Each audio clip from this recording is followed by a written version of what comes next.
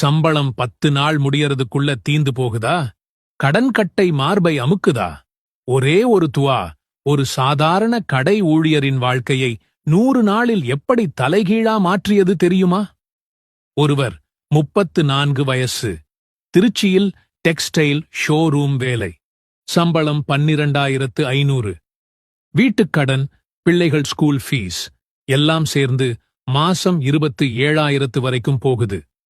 சந்தையில் கடன் card swipe செய்து சாப்பாடு வாங்கின நாள்கள். இரவு படுக்கையில் படுத்தால் மார்பு எரிச்சல், தூக்கம் தொலைஞ்சு போச்சு. மார்ச் 15, 2022 கம்பெனி வாட்ஸ்ஆப், இந்த மாச சம்பளம் தாமதம். அந்த ஒரு லைன் அவரோட மனசுல பனிக்கட்டி மாதிரி உடைஞ்சு விழுந்தது.